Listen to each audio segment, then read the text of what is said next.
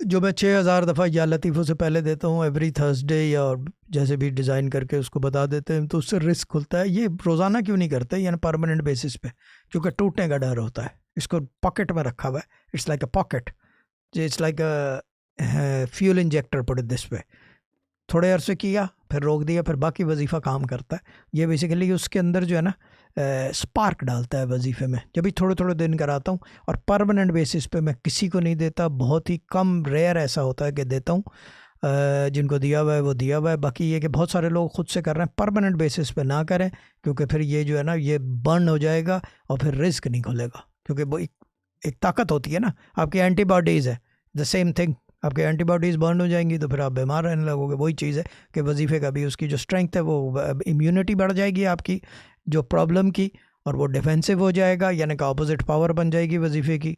और फिर जो है वो काम बनते बनते रुकने लगते हैं। ये एक और टॉपिक है which needs to be surfaced somewhere.